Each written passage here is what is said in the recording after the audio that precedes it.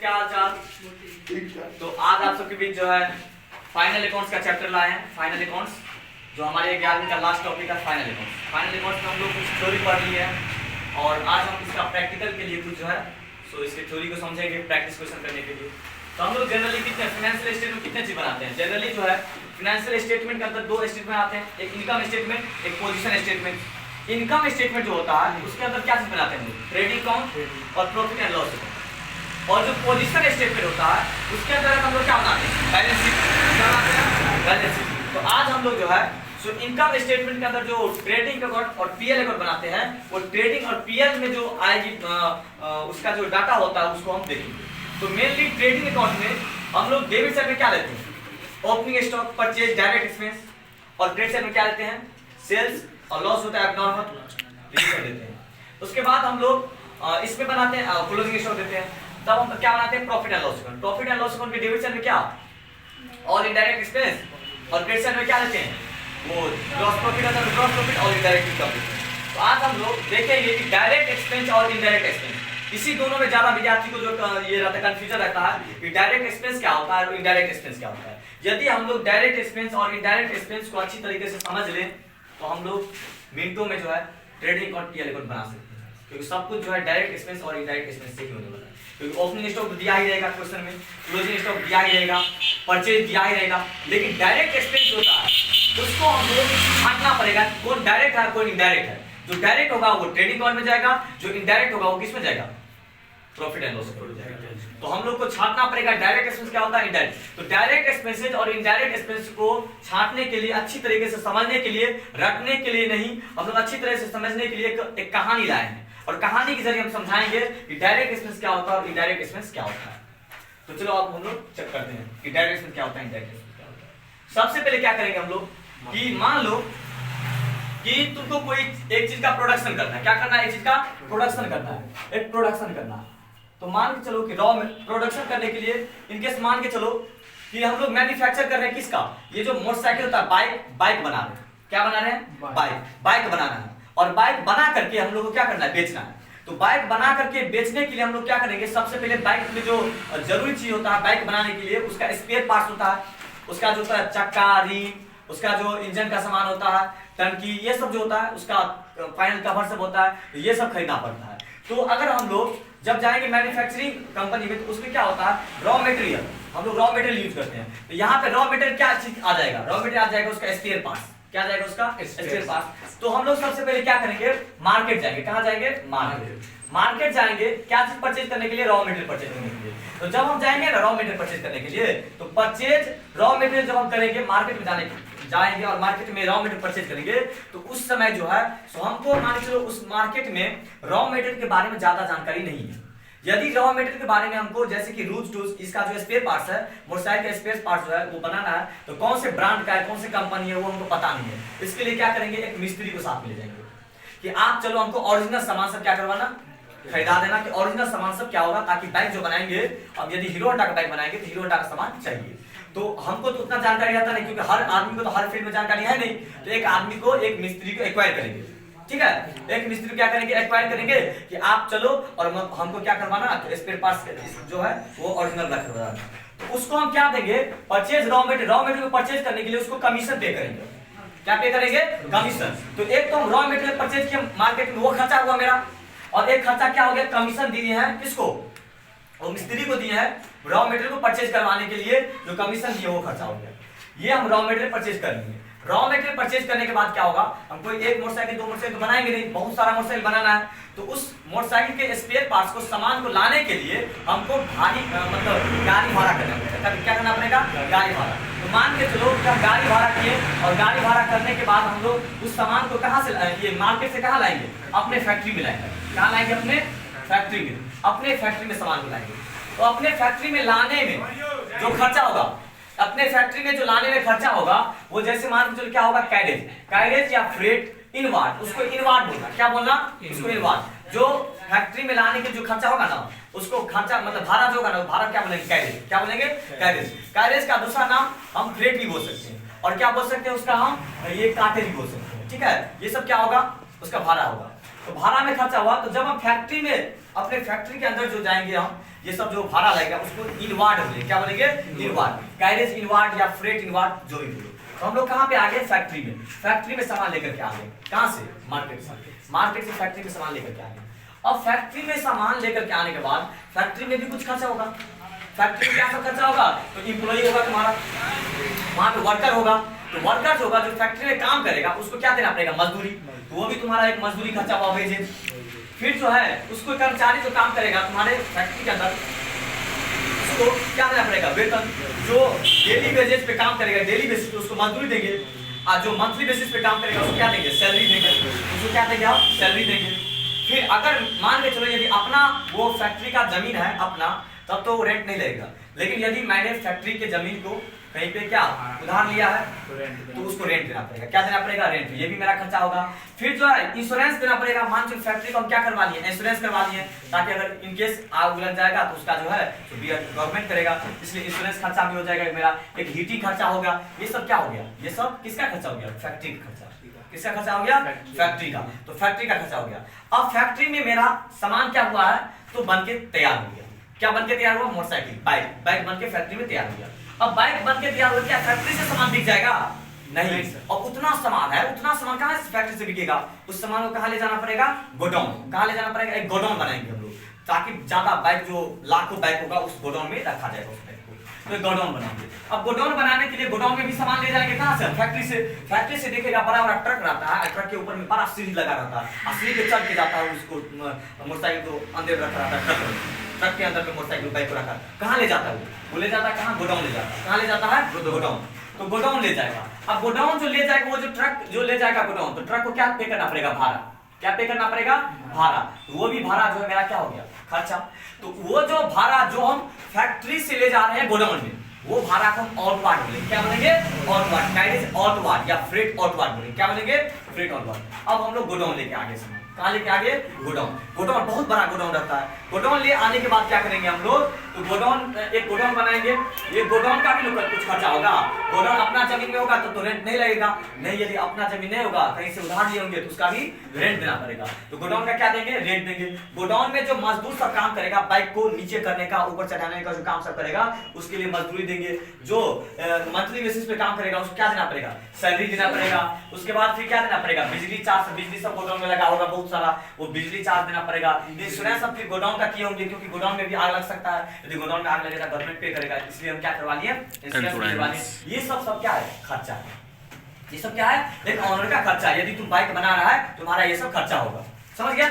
उसके बाद क्या करेंगे? ये सामान गोडाउन पहुंच गया, मान लो लाखों बाइक गोडाउन पहुंच गया। अब क्या गोडाउन से ही बिकने लगेगा? नहीं। क्या करना पड़ेगा?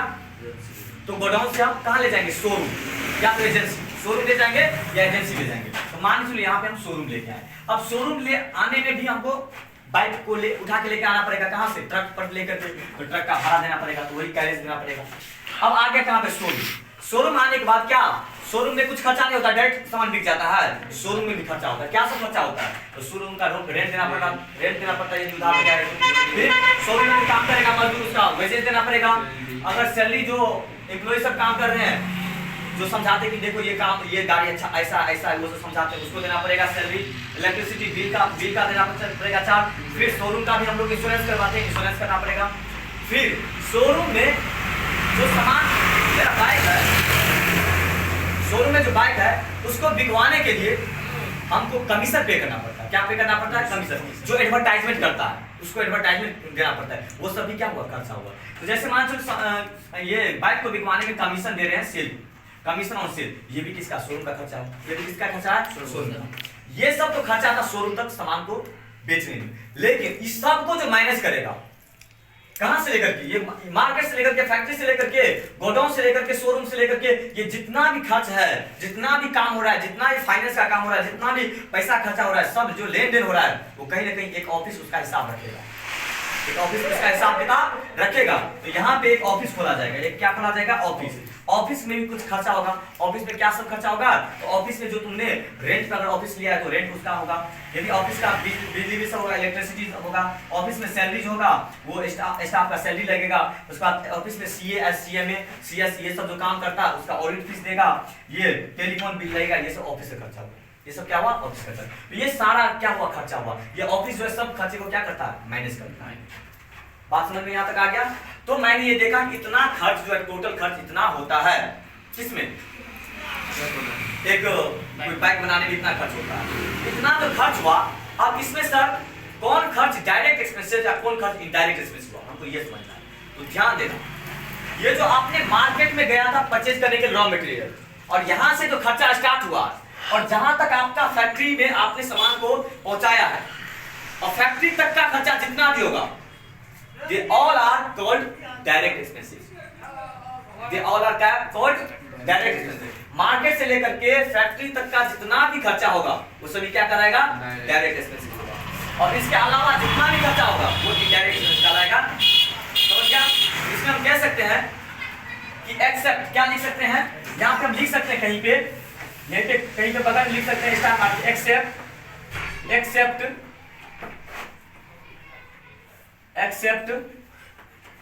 Direct expense. Except direct expense. Direct expense मतलब क्या? दो खर्चा, एक तो मार्केट का, एक किसका? मार्केट का, एंड एक फैक्ट्री का। डायरेक्ट खर्चा मतलब क्या? मार्केट और factory.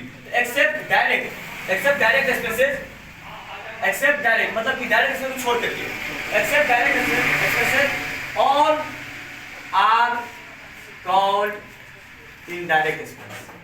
All are called indirect expense मतलब क्या? डायरेक्ट एक्सपेंसेस को छोड़ करके, मतलब मार्केट के और फैक्ट्री को छोड़ करके जितना भी खर्चा होगा वो क्या कर रहा है? इनडायरेक्ट। अच्छा तरीका से बात समझ में आ गया? डायरेक्ट खर्चा, इनडायरेक्ट खर्चा। अब याद रखो कि हम लोग बताए थे कि ट्रेडिंग अकाउंट का जो फॉर्मेट को बताए थे, और एक पीएल अकाउंट का जो फॉर्मेट बताए थे, क्या आप लोगों को याद है? ट्रेडिंग अकाउंट और पीएल अकाउंट, ये मान के चलो पीएल अकाउंट का फॉर्मेट है, और ये किसका है? ट्रेडिंग अकाउंट का फॉर्मेट है। ये आपको बताए थे हम। तो ट्रेडिंग अकाउंट में क्या बताए थे कि इस साइड में डेबिट होता है, इस साइड क्या होते हैं? डेबिट, इस साइड क्या होते हैं? क्रेडिट। इसमें अमाउंट का कॉलम, इस साइड भी अमाउंट का कॉलम। क्या बोले थे? यहाँ पे देना OPD section, SLC, OPD. OPD मतलब ओ से ओपनिंग स्टॉक, ओ से ओपनिंग स्टॉक, डी से परचेज, और डी से डायरेक्ट एक्सपेंस। क्या देते हैं?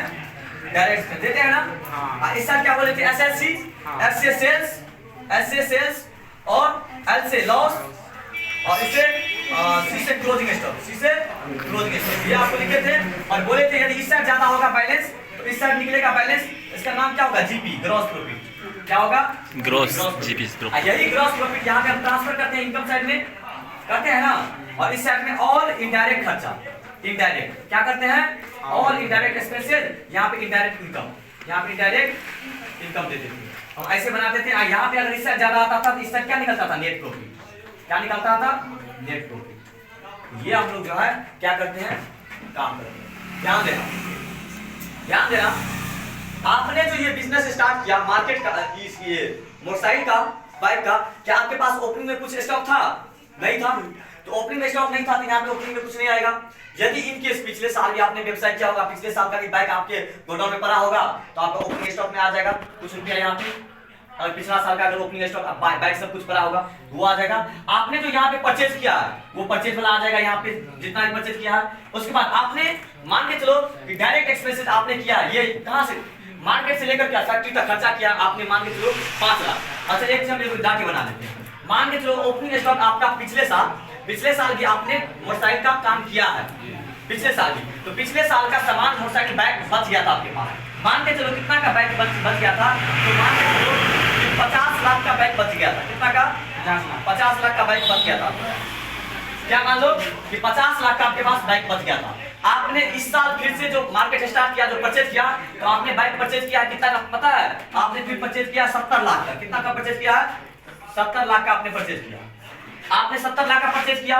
आपको मार्केट से लेकर के और फैक्ट्री तक जितना भी खर्चा हुआ है, वो जो आपका खर्चा है वो है आपको टोटल मान के चलो कि 10 लाख रुपया। कितना है? 10 लाख रुपया खर्चा है। और आपने जो ये टोटल बाइक को जो बेचा है आपने बाइक को, वो बेचा है कितने पता है आपको? 2 करोड़ में बेचा है। कितना बेचा है? 2 करोड़ में। कितना बेचा है? 2 करोड़ में। 2 करोड़ में आपका लॉस मान के चलो अभी कुछ नहीं है। और लास्ट में सामान मान के चलो आपको बच गया है, इस साल के अंत में सामान बच गया है 5 लाख का सामान बच गया, 5 लाख का बाइक बच गया। बताओ आपके पास कितना प्रॉफिट हुआ? प्रॉफिट कितना हुआ? 2 करोड़ 5 लाख। 2 करोड़ 5 लाख में से घटा देंगे कितना? 50 लाख, 70 लाख, 70 10 80 लाख, 5 80 5 1 लाख, 1 करोड़ 30 लाख, 1 करोड़ 30 लाख।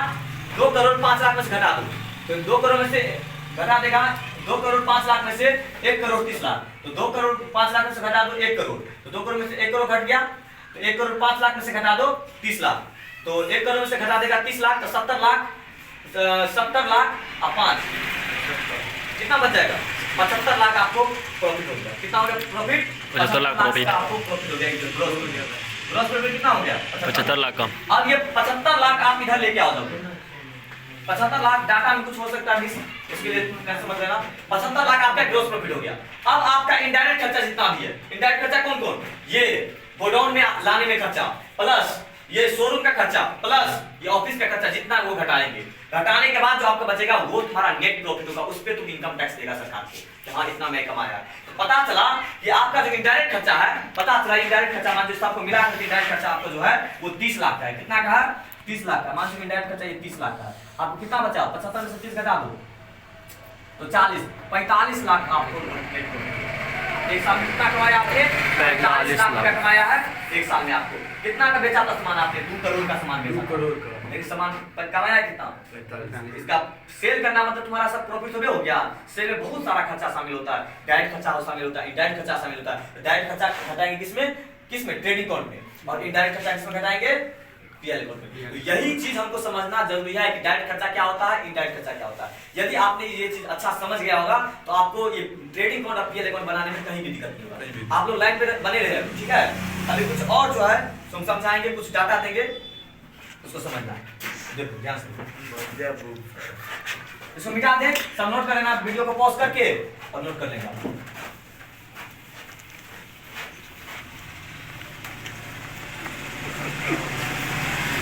ध्यान से देखो क्या है, क्या आपको कुछ डाटा दे रहे हैं। कुछ डाटा को आपको घर से करके लाना है कि ये कहाँ जाएगा, कुछ दे रहे हैं। अच्छा एक चीज और समझा देते हैं। ये जो डायरेक्ट एक्सपेंस है ना, डायरेक्ट एक्सपेंस, ये जो डायरेक्ट एक्सपेंस है, डायरेक्ट एक्सपेंस मतलब क्या? डायरेक्ट एक्सपेंस मतलब क्या? कौन खर्चा? मार्केट और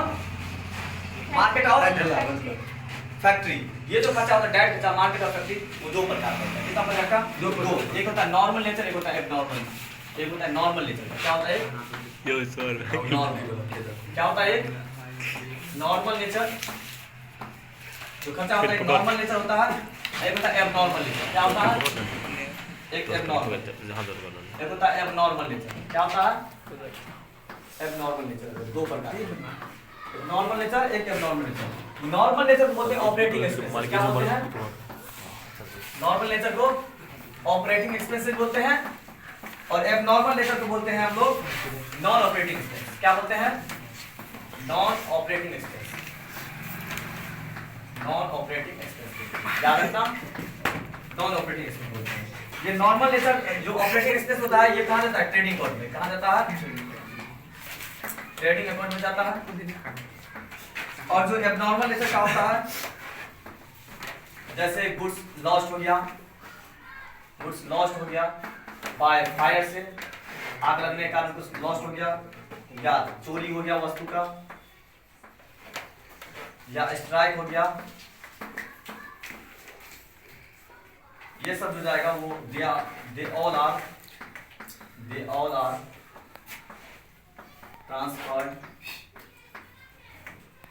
transferred to profit and loss.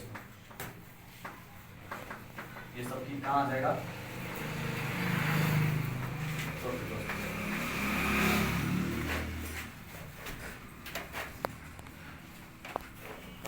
समझ गया? तो ये सब कहाँ जाएगा? प्रॉफिट लॉस में। याद रखना नॉर्मल, ये डायरेक्ट खर्चा 2 प्रकार का, एक नॉर्मल नेचर का, एक एबनॉर्मल नेचर। नॉर्मल प्रकृति का, जो सामान्य प्रकृति का होगा उसको नॉर्मल क्या बोलेंगे? नॉर्मल नेचर का। जैसे ऑपरेटिंग एक्सपेंसेस होगा उसमें ट्रेडिंग अकाउंट में जाएगा।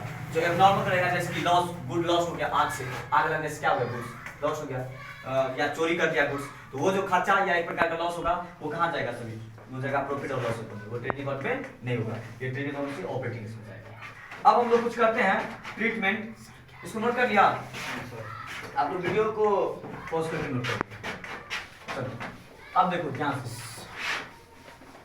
हम लोग क्या करेंगे, तो कुछ जो है सो लिखेंगे ट्रीटमेंट ऑफ फॉलोइंग, ट्रीटमेंट ये लिखो treatment of following expenses, treatment of following expenses, treatment of following expenses, treatment of following expenses. ठीक है, अब बोलो, अब आप लोग कुछ क्वेश्चन दे रहे हैं, अब वो जो आप लोग करवाए हैं, वो जो डायग्राम बनवाए हैं मार्केट से लेकर के शोरूम तक का, वो डायग्राम से हेल्प से आपका ये क्वेश्चन सॉल्व होगा। जैसे कि यदि हम लिख देते हैं क्या कैरेज, फ्रेश में वीडियो बनाएंगे कैरेज इनवार्ड, कैरेज इनवार्ड है या कैरेज आउटवार्ड या कैरेज आउटवार्ड या कैरेज आउटवार्ड या तीसरा मान के चलो सीधे कैरेज लिखा हो, सीधे कैरेज हो, मान लो वेजेस टू फैक्ट्री वर्कर, देखो इधर वेजेस टू फैक्ट्री वर्कर, ये कुछ क्वेश्चन है, wages to factory worker, wages paid to office peon, wages paid to office peon, press में आ रहा है ना, wages paid to office peon, office peon, wages paid to office peon, फिर मान लो सीधे वेजेस लिखा हो, फिर सीधे वेजेस हो, फिर लिखा हो रेंट ऑफ फैक्ट्री, शांत से सुनो, रेंट ऑफ फैक्ट्री, फिर मान लो आत्मा है, आत्मा में सीधे rent of godown,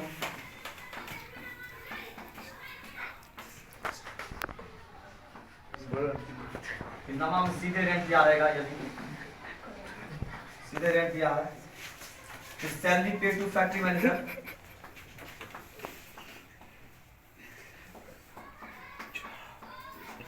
paid to factory manager,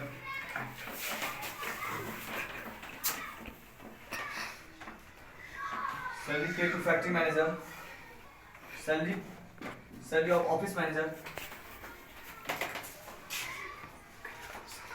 salary of office manager,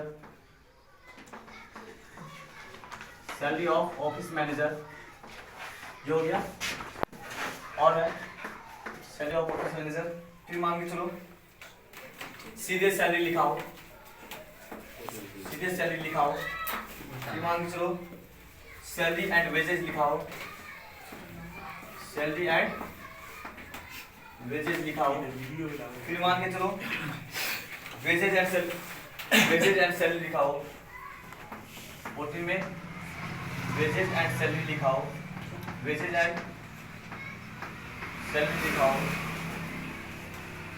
heating and lighting लिखाओ, हीटिंग एंड लाइटिंग लिखाओ, हीटिंग एंड लाइटिंग लिखाओ, लाइटिंग एंड हीटिंग लिखाओ, लाइटिंग एंड हीटिंग। जितना प्रकार से वो एग्जामिनर तुमको घुमा सकता है सब चीज को डाल दिए, सब दवाई। Printing and stationery, printing and stationery, printing and stationery हो, प्रिंटिंग एंड स्टेशनरी हो, इतना चीज ये सब लिख दिए, जितना भी खर्चा था उसमें टोटल खर्चा यहाँ पर डाल दिए सब खर्चा। अब ये खर्चा वो जो हम वहां से मार्केट से लेकर के जितना शोरूम तक था सब कुछ को डाल दिए हैं। अब तुम लोग को ये बताना है कि कौन खर्चा किस में जाएगा, हम ध्यान देगा। ट्रेडिंग कौन मतलब क्या डायरेक्ट खर्चा, और पीएल अकाउंट मतलब क्या इनडायरेक्ट खर्चा। तो बताना है जो डायरेक्ट होगा वो किस में जाएगा ट्रेडिंग अकाउंट में, जो इनडायरेक्ट होगा किस में जाएगा पीएल में। तो ये कैरेज कीवर्ड लिखा है। तो ट्रेडिंग मतलब क्या डायरेक्ट खर्चा, डायरेक्ट खर्चा मतलब क्या जो मार्केट से लेकर के फैक्ट्री तक था। तो बताओ कैरेज इनवार्ड हम अभी बताएं कि इनवार्ड मतलब क्या, ये फैक्ट्री का खर्चा है। कहाँ का फैक्ट्री का, आउटवार्ड चला जाता है कहाँ पे उधर। तो इसके मतलब है कि इनवार्ड फैक्ट्री का खर्चा, यदि फैक्ट्री का खर्चा है इसका मतलब है कि फैक्ट्री का खर्चा सर बताए हैं कि मार्केट खर्चा और फैक्ट्री खर्चा किस में आएगा, तो ट्रेडिंग में आएगा, मतलब डायरेक्ट खर्चा आएगा। यदि डायरेक्ट खर्चा आएगा तो किस में जाएगा ट्रेडिंग अकाउंट में, किस में जाएगा ट्रेडिंग अकाउंट में। फिर कैरेज आउटवर्ड सर बताया है कि ये गोडाउन का खर्चा होता है, ये फैक्ट्री खर्चा नहीं होता है। इसका मतलब किस में जाएगा, ये पीएल में जाएगा, किस में जाएगा, ये पीएल में। कितना आसानी से हम लोग बना रहे हैं कैरेज। यदि सीधे कैरेज लिखा हो, यदि सीधे कैरेज इसमें नहीं दिया हो कि वो किसका है, सीधे क्वेश्चन में वो कैरेज, और ये नहीं दिया है कि वो किसका है, फैक्ट्री का है या गोडाउन का है, तो उसको मान लेंगे हम किसका, फैक्ट्री का मान लेंगे और ट्रेडिंग कोड में दिखा देंगे। किसमें दिखा देंगे, ट्रेडिंग कोड में। यदि सीधे कैरेज लिखा हो तो वहां पे सीधे यदि कैरेज लिखा हो वहां पे ये नहीं लिखा हो कि कैरेज कहाँ का है, फैक्ट्री का है कि गोडाउन का है, तो कहाँ का मान लेंगे हम लोग, फैक्ट्री का मान लेंगे। कहाँ का मान लेंगे, फैक्ट्री का। और कहाँ पे दिखा देंगे, वो ट्रेडिंग कोड, इसमें दिखा देंगे ट्रेडिंग कोड में। यदि लिखा हो wages, wages to factory worker, factory लिखा है, इसका मतलब कहाँ का, फैक्ट्री लिखा है, इसका मतलब बोलो कहाँ का, ट्रेडिंग का। फैक्ट्री फैक्ट्री का लिखा है, इसका मतलब ट्रेडिंग कोड का। अब फिर देखो यहाँ पे यदि वेजेस पे टू ऑफिस का, ऑफिस निचला वाला ऑफिस का, वो कहाँ का जाएगा, ऑफिस, ऑफिस कहाँ जाएगा, ये लेवल हो जाएगा। जब ये ऑफिस आएगा इसका मतलब कहाँ जाएगा, profit loss. Wages pay to office, profit and loss, profit and loss हो जाएगा। फिर देखो सीधे वेजेस लिखा है, सीधे वेजेस, और कहाँ देंगे, ट्रेडिंग कोड, सीधे वेजेस लिखा है, ट्रेडिंग कोड सीधे लिखा। चलो उसके बाद क्या है, रेंट ऑफ फैक्ट्री, फैक्ट्री का रेंट कहाँ, ट्रेडिंग, फैक्ट्री का रेंट है ट्रेडिंग कोड। फिर देखो गोडाउन का रेंट है, गोडाउन का रेंट है कहाँ का, पीएल जाएगा। रेंट सीधे लिखा है, अगर सीधे वेजेस लिखा रहेगा तो ट्रेडिंग, लेकिन सीधे यदि क्या लिखा है, रेंट लिखा है, उसका मतलब समझ लेना पीएल होगा। क्या होगा, पीएल। सीधा रेंट होगा, इसका मतलब क्या होगा, पीएल होगा। सीधा रेंट रहेगा, इसका मतलब क्या होगा, पीएल, पीएल। चलो फिर क्या है, salary pay to factory manager, factory manager है, इसका मतलब कहाँ जाएगा, फैक्ट्री मैनेजर, इसका मतलब ट्रेडिंग, फैक्ट्री का है, इसका मतलब क्या आ जाएगा, ट्रेडिंग में जाएगा। चलो फिर क्या है, फिर क्या बोलो, ऑफिस मैनेजर कहाँ जाएगा, पीएल, पक्का ना, पक्का। फिर बोलो सीनियर सैलरी रहेगा, इसका मतलब कहाँ, वेतन ज्यादा कहाँ दिया जाता है, ज्यादातर वेतन तो कहाँ दिया जाता है, ज्यादातर वेतन जो दिया जाता है वो कहाँ पे, वो ज्यादातर तो वो यहाँ पे वेतन नहीं दिया जाएगा, कहाँ पे, ये कहाँ गया, फैक्ट्री में तो ज्यादा वेतन नहीं, वेतन का काम ज्यादा कहाँ पे होता है, उधर नहीं होता, एजेंसी में होता ज्यादा, इधर नहीं होता, तो ज्यादा उधर होगा, इसलिए वहाँ पे देंगे हम क्या, किस में देंगे, पीएल में। लेकिन मजदूरी का काम ज्यादा कहाँ होता है, मजदूरी का ज्यादा गोडाउन नहीं, फैक्ट्री में ज्यादा, इसलिए हम मजदूरी दिए थे कहाँ पे, ट्रेडिंग में दिए थे।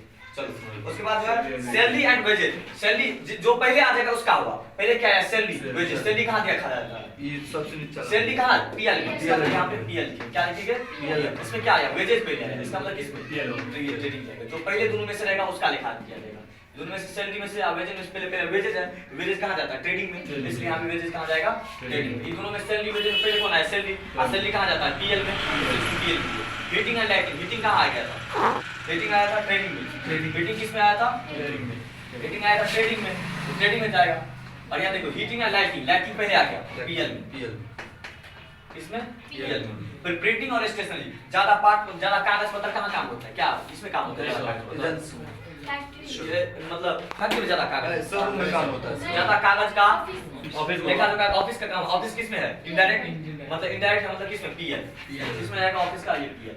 तो आपने ये अच्छा तरीका से आपने आइडेंटिफाई कर लिया कि क्या होता है डायरेक्ट खर्चा, क्या होता है इनडायरेक्ट खर्चा, और डायरेक्ट खर्चा कहाँ हम दिखाते हैं, डायरेक्ट खर्चा कहाँ दिखाते हैं हम लोग, तो ट्रेडिंग कार्ड में, और इनडायरेक्ट कहाँ दिखाते हैं, पीएल में। तो I hope that all the things and all the topics will be covered in this video related to direct expenses and indirect expenses. और आपको ये वीडियो अच्छा लगे तो आप लोग ज्यादा से ज्यादा शेयर करें, लाइक करें, सब्सक्राइब करें, और एक मेरा YouTube चैनल भी है, unique commerce coaching Shakeel sir, उसको आप जरूर सब्सक्राइब करें। वहाँ पे आपको बहुत सारा वीडियो मिलेगा, अंग्रेजी का वीडियो मिलेगा, कॉमर्स का वीडियो मिलेगा, जितना भी रिलेटेड टॉपिक है वो सब वीडियो मिलेगा। तो आप लोग लिख लेंगे कहीं पे, अगर यूनिक, यूनिक